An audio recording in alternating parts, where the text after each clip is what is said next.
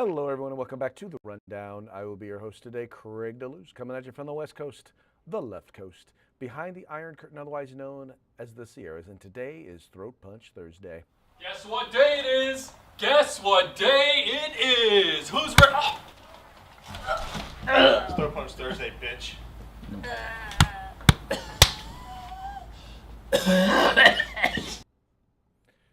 That's right, it's Throat Punch Thursday, where we're going to be talking about issues and, kind of doing a little bit of a paya right into the throat of those with whom we disagree. Now, today's going to be a little bit abbreviated because I got another event that I've got to get to this evening, so please forgive me. But we're going to be going through this rather quick, but I wanted to make sure that I got a show together and out for you. Before we do, though, we're going to do like we usually do, and we're going to start off with a quick shout out to our sponsors. We're going to start with the folks over at Hitman Industries. They make rifle and pistol caliber barrels available for you to purchase at any length. Just go to hitmanindustries.net. Then we've got the California Republican Assembly working to help elect conservatives at all level of government, from school board all the way up to President of the United States. In fact, Ronald Reagan once referred to CRA as the conscience of the Republican Party. You need to find out why by visiting cragop.org. And then we've got the best in concealed carry tactical holsters available on the market at hawgholsters.com. That's HAWG holsters.com, because they like helping Americans wear guns. And then finally, we have the place where you can find all things tactical except the gun, and that would be at uscombatgear.com. All right. By the way, if you're watching this program 3 p.m. Pacific, 6 p.m. Eastern, you're watching this program live, and we would love to hear what you have to say. Go ahead and give us a holler. Even if you disagree with us, we encourage you to do so because, well, if you disagree with us, we're going to have a good old time because guess what we're going to do? You got it. We're going to mock you. Oh, wow. Was that a mockingbird? Man, is that a mockingbird? Is that a mockingbird?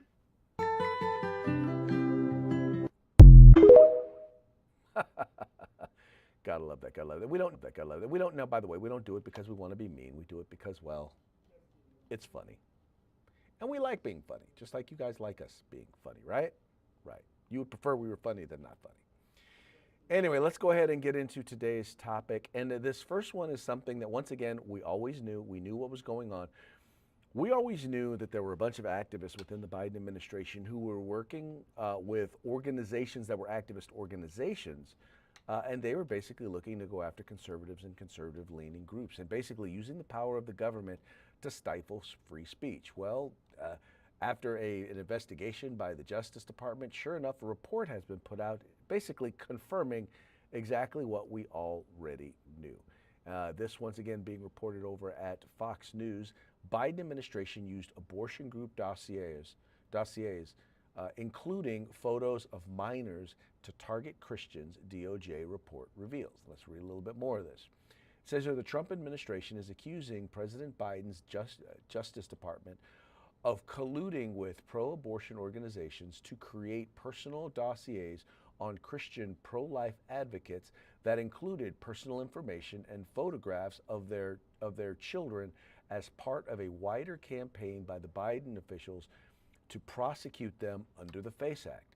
The Justice Department published the 2026 report by the Task Force to Eradicate Anti-Christian Bias, which details in more than 200 pages incidents that occurred under the policies from the Biden administration, alleging that Biden Justice Department officials zealously pursued prosecuting Christians. Quote, the Biden administration policies regularly clashed with Christian worldview and burdened traditional religious practices.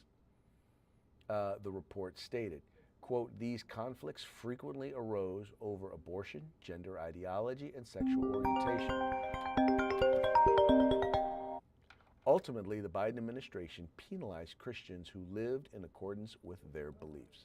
The report, compiled based on an executive order signed by President Trump, alleging that former Attorney General Merrick Garland, quote, weaponized the freedom of access to clinic entrances, or otherwise known as the FACE Act, against pro-life protesters and activists through the revival of the National Task Force on Violence Against Reproductive Health Care Providers.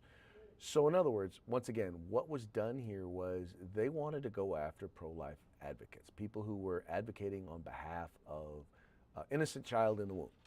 And so if you were at a clinic, if you were there protesting, if you were there praying, if you were there trying to talk to anybody, as long as you weren't blocking access, because if you were actually blocking access, then what you were doing, what you were engaged in was basically against the law.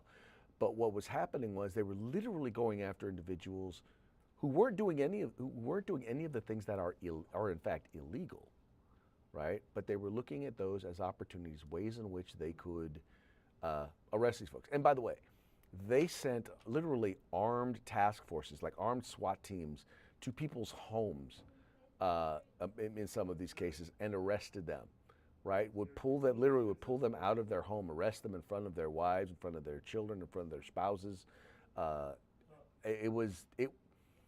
If as much effort was put into going after these individuals, if they had put that much effort in going after some of the folks who protested during the Summer of Love, or if they had put this much effort, they didn't even put this much, the Biden administration didn't put this much effort into those who had committed crimes here and were in the country illegally. They didn't do any of that. Anyway, but they were specifically targeting Christian organizations. And now we've got the evidence that it was in fact taking place. Now, what I'm wondering is, are there going to be any prosecutions? Are they going to go after them at all? Are they going to go after the individuals who targeted these groups and these organizations and these individuals? Are they going to be held accountable? I doubt it. I doubt it because, well, let's just be honest. I think a lot of this is more for the idea of saying, look, we need to acknowledge and recognize that it happened, and then put things in place so that it does not happen again. But the idea of going after law enforcement, unless, once again, I think the decision makers are the ones you need to go after, the people who are basically doing their job, who are told, look, hey, this is the guy you need to go after and you need to arrest. It's going to be a little bit harder to prove that they were violating the law simply by following orders. All that having been said, this is some nasty stuff. And you know, we always knew this. We always knew the Democratic Party is not for religious freedom. They claim they are, but they're for religious freedom for everybody except Christians, right? Everybody, or let me clarify, everybody is allowed freedom and liberty and is allowed to be tolerant. You can be tolerant of everybody except white, male, in particular Protestant Christians, straight Protestant Christians. Y'all don't get anything. If those folks, as far as Democrats are concerned, need to sit down and be quiet. They don't get a say. Anyway, I think that is despicable, and I think it is definitely a violation of our constitutional rights. And I'm hoping to see that something substantive is done about it. I'm hoping, but I'm not hoping against hope, and I'm not holding my breath. All right, this next one, Mondami unleashes door-knocking campaign to freeze rents. Now, you might remember he did a whole bunch of door-knocking in order to get people out to vote for him, and he believes that this sort of activism will be successful in helping them to be able to implement policy changes. Well, one of the policy changes they want to implement is they want to freeze the rent on 2 million folks who are on rent control. They want to freeze the rent and make it so that you can't raise the rents on them. Here is the announcement that they did. First of all, launching the department that will be doing all of this quote unquote community engagement, but then talking about the beginning of the effort. Office of Mass Engagement. Because the political process does not, cannot, and must not end just on Election Day. We want the voices of working class New Yorkers to be the driving forces behind the decisions that shape their lives. That is why we are here to announce that the Office of Mass Engagement is launching a powerful initiative called Organize NYC to keep New Yorkers involved in the work of shaping the future of our city. Organize NYC will begin its work with a push to make sure that New Yorkers' voices are heard at the Rent Guidelines Board hearings this June. The timing of this launch, frankly, could not be more important. This is a consequential decision that is coming up. In June, the Rent Guidelines Board will decide whether or not the rent will go up for more than 2 million New Yorkers who live in rent-stabilized homes. The board has heard from experts Now, there are a number of hearings across many of our boroughs where they will need to hear from you. Over the coming months, the board will be holding public hearings across the city for tenants and owners to testify directly about how a rent adjustment would affect them. To put it into context, this is a decision that will impact more than 2 million New Yorkers. Last year, only 400 New Yorkers testified at these hearings. That is 0.02% at best. If we want New Yorkers to believe in these processes, we must make it as easy as possible for them to be a part of these processes. And that is why we need to get the word out to as many New Yorkers as we can. And that is why, just a few minutes ago, I was walking the halls right here of 760 Grand Concourse and knocking on doors myself. How you doing, ma'am? It's good to see you. We're happy to have you. And the reason that we were knocking on those doors in this very building is because we know that behind every closed door is a New Yorker who has a story to tell. I spoke to a tenant who had lived here for decades. I spoke to another tenant who only spoke Spanish, and through an interpreter, we were able to gauge that, yes, this was a rent-stabilized unit. Yes, this decision would impact her life. Yes, it has done so in the past. This is not about telling New Yorkers what they should say. This is about ensuring that everyday New Yorkers are as involved in the processes as the impact that these processes will have on their day-to-day lives. All right, so this report here from the Washington Free Beacon is basically known. Mamdani unleashes door-knocking campaign to advance rent freeze. This is the mayor of New York, Zohran Mamdani, who got elected in part by mobilizing a campaign army of volunteer door knockers, now wants to replicate that same tactic to achieve his promise of freeze the rent. At an April 29th, 2026 press event, Mamdani asked New Yorkers to sign up at organize.nyc.gov to help gin up testimony at hearings of Rent Guidelines Board, which by law annually sets the rent rates in the city's approximately 1 million rent-controlled and rent-stabilized apartments. The idea was met with skepticism from the assembled press corps, which asked whether Mamdani was using taxpayer money and resources to engage in politics at a moment when the city is facing a budget shortfall that Mamdani has described as a financial crisis.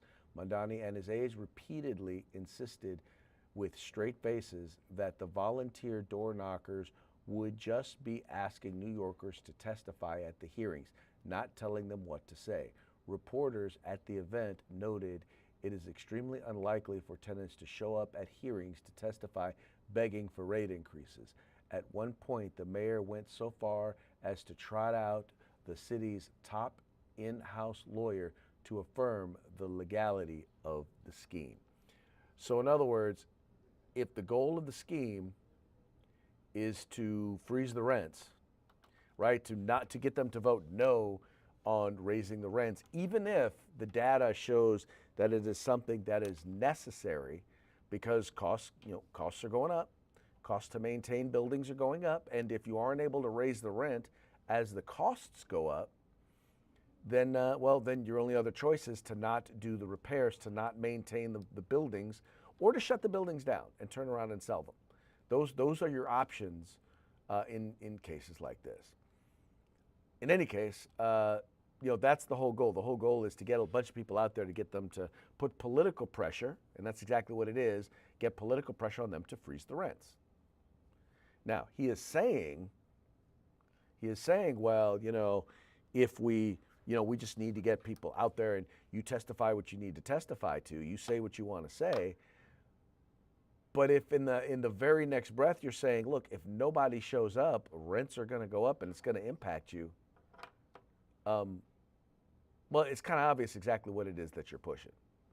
And that's exactly what folks are saying.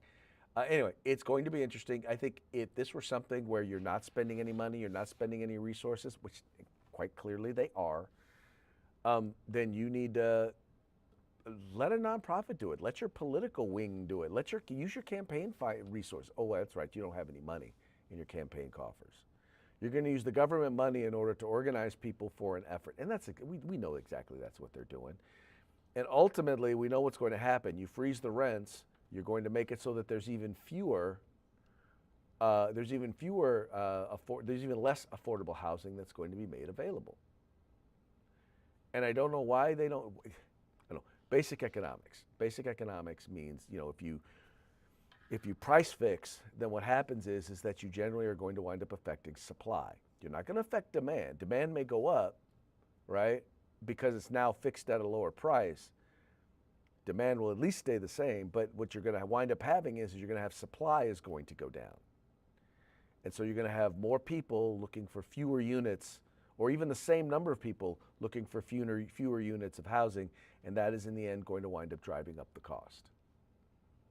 Once again, basic economics, and I don't know why.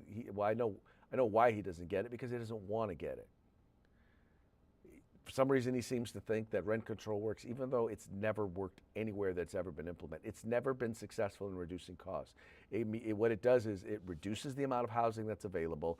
It drives up the cost of non-rent controlled housing, and the effects on the rent control housing generally tends to be of a much lower quality, meaning it's a lot less safe. Anyway, all of those things. Anyway, that's where the term, quite frankly, slumlord starts to come from. Now, another interesting thing that's going on, and this is kind of a behind-the-scenes political trick that I'm actually kind of digging, and this has to do with the House Appropriations Committee and the funding bill that deals with regulations for suppressors and short-barrel rifles.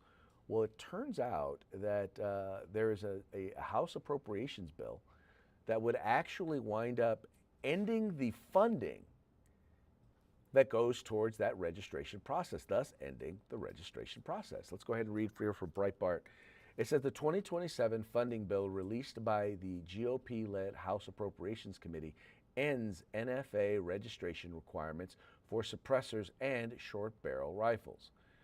You may recall that language in the One Big Beautiful Bill removed registration for suppressors and SBRs early on, but that language was later removed, resulting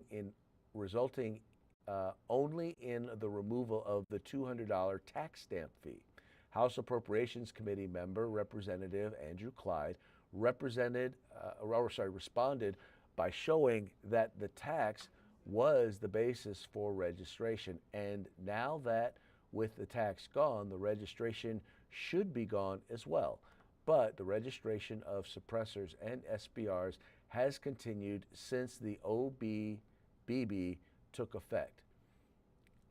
And the GOP-led House Appropriations Committee is trying to end it. On Wednesday, Clyde posted on X, "I secured a measure in the One Big Beautiful Bill to zero out NFA taxes for short barrel firearms and suppressors. $0 tax equals zero registration." Yet the DOJ is currently defending this NFA registration. While litigation is ongoing, your tax dollars shouldn't fund invalidated NFA requirements. Moreover, Gun Owners of America noted that the 2027 funding bill not only deregulates suppressors and short barrel rifles, but also defunds regulatory gun controls instituted by the ATF during the Biden administration. So here's the deal. If there is no funding to enforce, then you cannot enforce. And that's the thing. So that's the direction that at least the House Appropriations Committee is going for. Now, mind you, this is going to pass out of the House. It likely will pass. Pass out of the House. It likely will be negotiated in the Senate. You may or may not see this happen in the Senate, because that's where it actually got killed last time.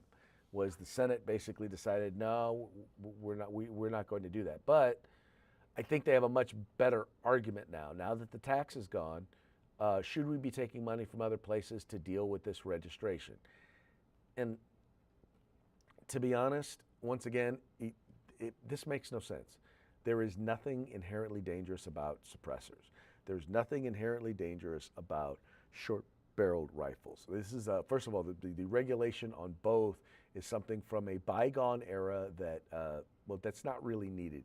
It wasn't really needed then, and it's definitely not really needed now, especially now that you've removed the tax stamp. So this is good news. Let's continue. If you talk to your member of Congress, make sure that that funding stays out of the appropriations bill when your congressman and when your senator gets an opportunity to vote on it.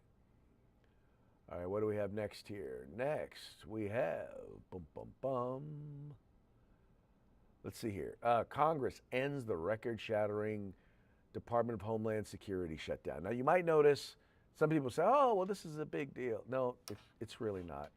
I get it. It's a record-long shutdown, but that just goes to show you, I mean, literally, other than what we were dealing with TSA, did you really notice, did it really affect your everyday living, the fact that it was closed? Because, by the way,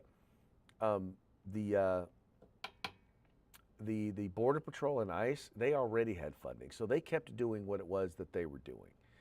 The only real effect that it had on you and I was there was a while there where where we had issues with air traffic controllers, and that was an impact. And there was an issue with the folks over at TSA, and Trump took care of that, and Democrats didn't, as wisely, they did not get in the way of it. Well, now that standoff has now ended. Let's read a story here from Politico. Congress ends record-shattering DHS shutdown.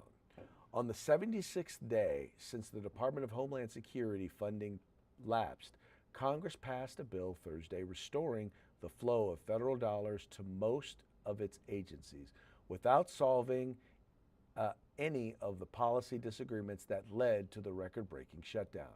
The House approved by a voice vote the partial DHS funding measure the Senate passed more than a month ago.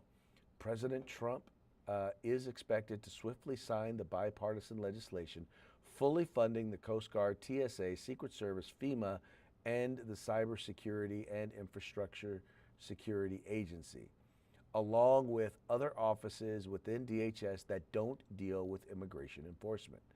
Now, congressional Republicans turn their attention to enacting tens of billions of dollars for Border Patrol and Immigration and Customs Enforcement in a party line package.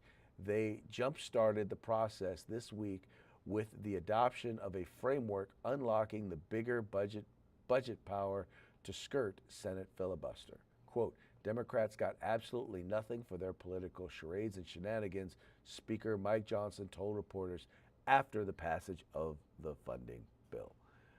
So basically, Republicans are declaring a win. They're going to get exactly what they want. They're going to get their funding, and there's going to be zero policy changes. And the thing about it is that some of the things that were in there were actually, in my opinion, good for ICE. Like one of the things like body cameras. I mean, that's what one of the things that Republicans were proposing was we'll give you body cameras.